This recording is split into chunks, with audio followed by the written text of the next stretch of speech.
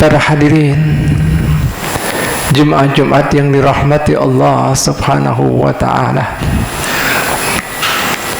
kita berada di penghujung bulan Dzulqa'dah. InsyaAllah minggu depan kita sudah memasuki bulan Dzulhijjah. Tahukah pian apa itu bulan Dzulhijjah? Tahukah pian kemuliaan bulan Dzulhijjah? Cukup kemuliaan bulan Dzulhijjah. Daripada mulianya hingga Allah Subhanahu wa taala bersumpah di dalamnya. A'udzu billahi minasyaitonir rajim. Bismillahirrahmanirrahim. Wal fajri wa layalin ashri. Yang artinya dan maksudnya demi waktu fajar dan malam-malam 10 pertama. Dikatakan demi fajar di sini, yaitu ahli tafsir kita sebagian mengatakan tafsirnya ada demi fajar tanggal 10 bulan Dzulhijjah, artinya hari raya. Walayalin azri, dan malam-malam 10 pertama bulan Dzulhijjah.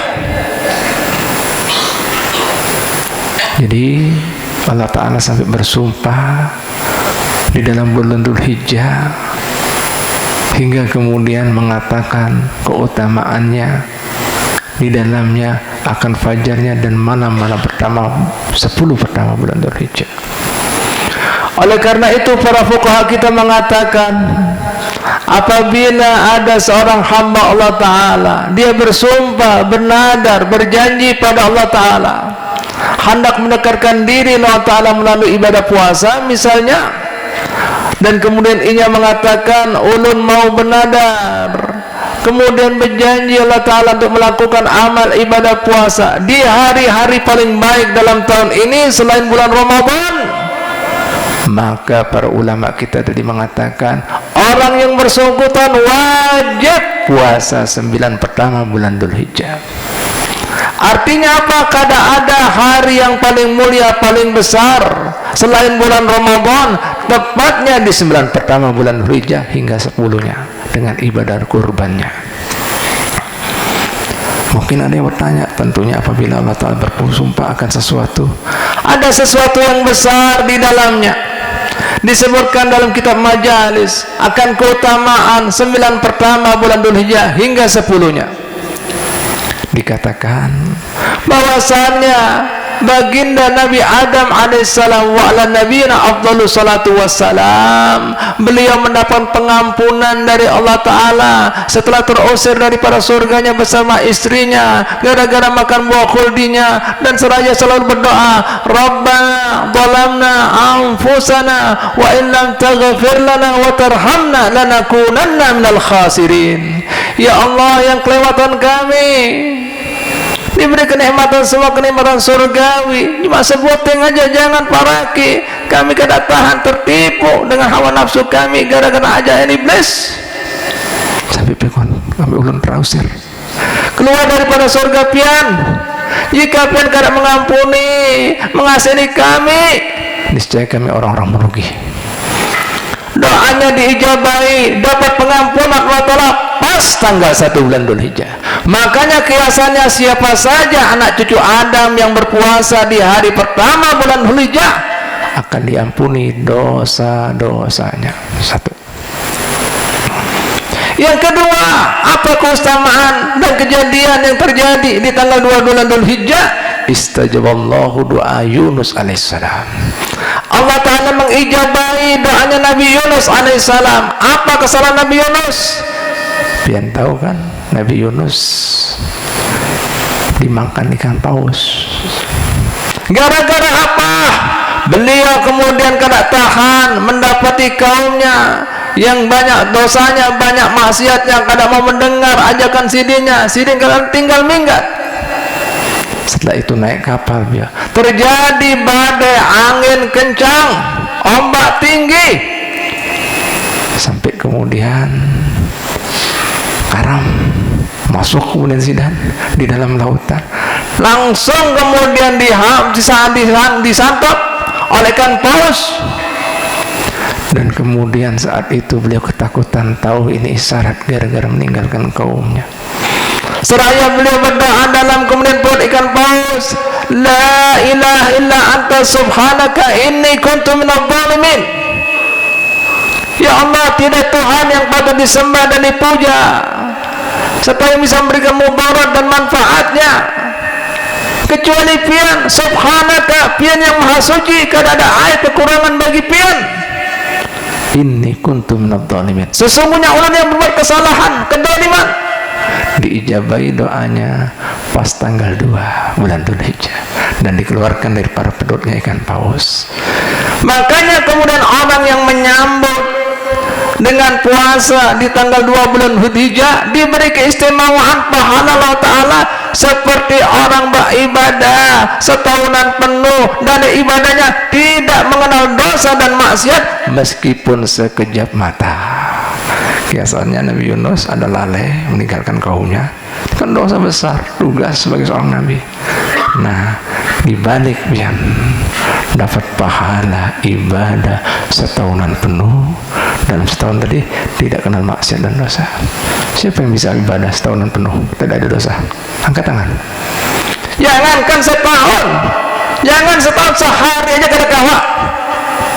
Coba jujur-jujur aja, siapa yang dalam satu hari ini matanya kada lihat yang haram? Siapa yang hari ini muntungnya tidak berkata yang haram? Siapa yang telinganya tidak mendengar yang haram? Siapa yang hatinya bersih daripada yang haram? Pasti ada iri hati, benci, hubud dunia, dendam dan seterusnya. Begitu depan ulah muntungnya ada kemudian memandirkan orang, matanya melihat kemudian yang bukan yang halal dan seterusnya. 2. Dan yang ketiga yaitu diijabahi doanya Nabi Zakaria alaihissalam. Nabi Zakaria tua, tidak berisi anak, takutan sidin. Rabbi la tadarni fardan wa anta khairul warisin. Ya Allah, jangan tinggalkanmu sebarang karah dan pian sebaik-baik pemberi warisan. Diijabahi doanya diberi Nabi Yahya alaihissalam pas tanggal 3. Barang siapa yang puasa di tanggal di mana diijabahi doanya Nabi Zakaria, maka doanya diijabahi lewat Allah Ta'ala. Begitu pula apa yang dimintanya. 3.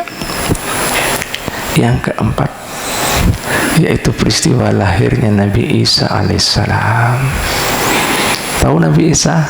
Nabi Isa karakternya terkenal sebagai nabi yang anti dunia, zuhud. Nah, makanya kemudian beliau daripada zuhudnya selalu mujahadah melawan hawa nafsunya. Diberi mukjizat beda dengan nabi-nabi lainnya. Makanya pian dengar mukjizat Nabi Isa beda dengan nabi lainnya. Bisa menyembuhkan orang buta, orang lumpuh, bahkan penyakit yang kada ada obatnya mati bisa dihidupkannya. Biasanya orang yang menyambut hari kelahiran Nabi Isa yang kada mau dunia dari nafa'anhul ba'sa wal faqra, Allah Ta'ala akan sunyikan, bersihkan, tiadakan dalam hidupnya daripada kesulitan hidup dan kefakiran. Nah, dibalik Allah Ta'ala. Nah, karena menyambut hari kelahiran Nabi yang kada mau dunia, dibalik. Yang kelima yaitu hari dimananya dilahirkan Nabi Musa alaihissalam. Biar kenal Nabi Musa beda dengan Nabi Isa, terkenal gentle, berani, kuat. Nah, bela bujur-bujur orang yang tertindas, meskipun beliau anaknya Fir'aun, kemudian keluarga Fir'aun menangani orang yang tidak mampu, tidak punya, dibela. Yang tidak mampu bukan bela orang yang berduit. Lihat kalian. Nah, orang yang berpuasa di hari kelahiran Nabi Musa yang terkenal gentle, berani, tegas, maka Allah Ta'ala akan sunyikan, bersihkan dari jiwa-jiwa kemunafikan. Nah, dapat berkahnya hari kelahiran Nabi Musa yang terkenal tegas, berani dalam berantas yang namanya kebohongan, kemungkaran, kedzaliman dan kemunafikan. Yang keenam, hari di mana Nabi Muhammad SAW dibantu oleh Allah Ta'ala. Nah, Maka orang kemudian yang berpuasa di hari tersebut, Allah Ta'ala lakukan inya dengan segala rahmatnya, kasih sayangnya. Sementara hari yang ketujuh, hari di mana ditutup semua pintu jahanam, tidak dibuka kecuali lewat 10 pertama bulan Dzulhijjah, maka orang berpuasa di hari tersebut dibuka 30 pintu kemudahan hidup dan ditutup 30 pintu kesulitan hidup. Dan hari ke-8 adalah hari Tarwiyah, hari di mana kemudian Nabi Adam alaihissalam bertemu dengan kemudian istrinya Siti Hawa. Barang siapa yang berpuasa di hari tersebut, tidak ada yang tahu anugerah Allah Ta'ala berikan kecuali Allah Ta'ala sorman. Itu hari Tarwiyah. Sementara tanggal 9 hari Arafah, hari diturunannya ayat terakhir dalam Al-Quran, Al-yawma akmaltu lakum dinakum wa atmamtu alaikum nikmati wa raditu lakumul Islam dina. Pada saat ini Muhammad, telah aku sempurnakan agamamu dan aku telah sempurnakan kenikmatan kepada kalian semuanya, dan aku ridha Islam sebagai agama kalian. Diturunkan tanggal 9 Dzulhijjah pas hari Arafah. Nah, maka barang siapa yang berpuasa di hari tersebut, ujar Nabi Muhammad SAW, Allah Ta'ala akan mengampuni dosa tahun lalu dan akan datang. Dan ingat hadirin sekalian Ta'ala, puasa hari Arafah ini dikhususkan gesampian yang kada bahaji.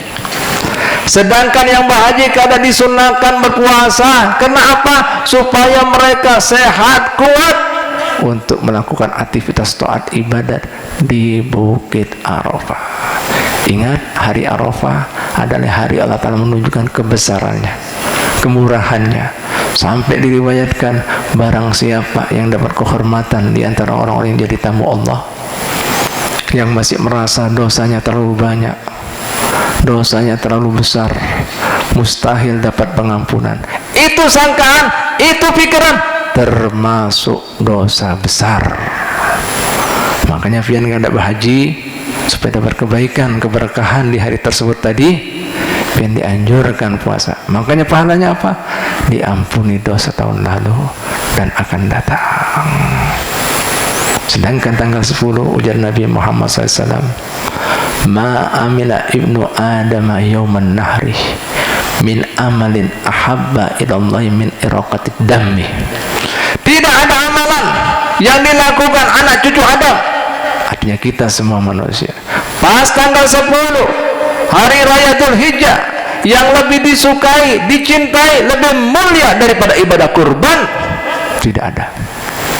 Sampai kemudian sahabat Nabi itu bertanya, ya Rasulullah, wala fisabilillah, termasuk fisabilillah ya Allah?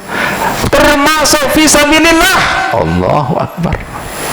Kecuali orang fisabilillah tadi, pas dia keluar di medan laga, kada bulik, mati syahid, baru pahalanya lebih besar. Apabila masih bulik, sehat, kada mati, kalah dengan ibadah kurban. Makanya di penghujung hadisnya Nabi menutup berkaitan dengan ibadah kurban, fatayyibu biha nafsan, maka gembirakan, senangkan, semarakkan ibadah kurban kalian dengan hati yang senang. Artinya jangan engken, jangan pelit, jangan apik, laksanakan. Jadi dengan demikian ibadah kurban bukan seumur hidup sekali, bukan seperti ibadah haji. Selama pian mampu, pian dianjurkan, disunahkan, sangat ditekankan baginda Nabi SAW untuk berkorban. Siapakah orang yang mampu? Ibadah kurban masanya 4 hari. Pas apabila pian di tanggal kemudian 9, yaitu pas malam lebaran, lebih rezekinya untuk pian dan keluarga yang pian wajib tanggung, sampai tanggal 13 masih lebih, cukup gak sana SPP, bayar listrik, wifi ke apa, nah lebih, ada 3 juta, bisa nukar kambing, nah itu kemudian mampu. Jadi kada bisa ngadangi pian jadi konglomerat, jadi jutawan, triliunan, kada. Nih 4 hari. Ambil kesempatan. Nabi mengatakan tidak ada yang lebih dicintai Allah Ta'ala pas tanggal 10 daripada ibadah kurban. Senangkan ya Nabi Muhammad, gembirakan hati kalian, jangan pelit-pelit. Nah, dengan ibadah kurban. Makanya orang yang mampu kada mau berkorban, jadi Nabi Muhammad SAW dalam hadisnya, man kanat lahu sa'atan falam yutahi fala yuqarribanna musallana. Siapa saja yang mampu kemudian kada mau berkorban, jangan parak-parak dengan musala kami, tempat ibadah kami, sana. Allahu Akbar. Dan macam-macam. Nah, ini tadi. Makanya kemudian dianjurkan lagi bagi kemudian ini ibadah luar biasa. Tentunya semua tidak mampu memotong sapi kah, onta kah, kambing kah. Sampai ada salah seorang sahabat Nabi yang namanya Abdullah bin Abbas, supaya dapat keberkahan orang-orang fakir miskin, apa yang dia mampu dari hewan ternak. Apa itu? Angsa kah, itik kah, ayam kah? Nah, kelas mana Bian? Sampai diberi alternatif seperti itu. Ada supan kah? La ilaha illallah. Mudah-mudahan Bian bisa mengambil di hari-hari baik seperti ini untuk mendekatkan diri pada Allah SWT. Ingat, tadi sudah dikatakan, tidak ada hari yang lebih mulia ya dalam setahunan ini selain Ramadan tentunya daripada 10 pertama di bulan Dzul Hijjah. Nah, yang dianjurkan banyak puasa, banyak sedekah, dan kemudian ingat, karena semua di bulan ini ada amalan ibadah haji, ada ibadah kurban, ada tarwiyah, ada talbiyah, ada arafah. Nah, itu menandakan kemuliaan kebesaran bulan Dzul Hijjah. Mudah-mudahan kita bisa mengambil keberkahan di bulan Dzul Hijjah sehingga hidup kita selalu dalam bimbingan Allah, rahmat Allah, berkah Allah dan ridhonya. Amin amin ya rabbal alamin. Alhamdulillah wassalatu wassalamu ala rasulillah sayyidina Muhammad bin Abdillah. Ibadallah, usikum wa nafsiya bitaqwallah haqqa tuqah. Inna ahsanal kalam kalamullah wa bi yahtadil muhtadun. A'udzu billahi minasy syaithanir rajim. Bismillahirrahmanirrahim. Inna a'tainakal kautsar fasalli li rabbika wanhar. Inna syani'aka huwal abtar. Barakallahu li wa lakum minal Qur'anil azim wa nafa'ana wa iyyakum bima fihi minal ayati wa dzikril hakim wa taqabbala minni wa minkum tilawatahu innahu was-sami'ul alim. Aqulu qali hadha wastaghfirullah li wa lakum wa liwalidina wa liwalidikum wastaghfiruhu innahu wal ghafurur rahim.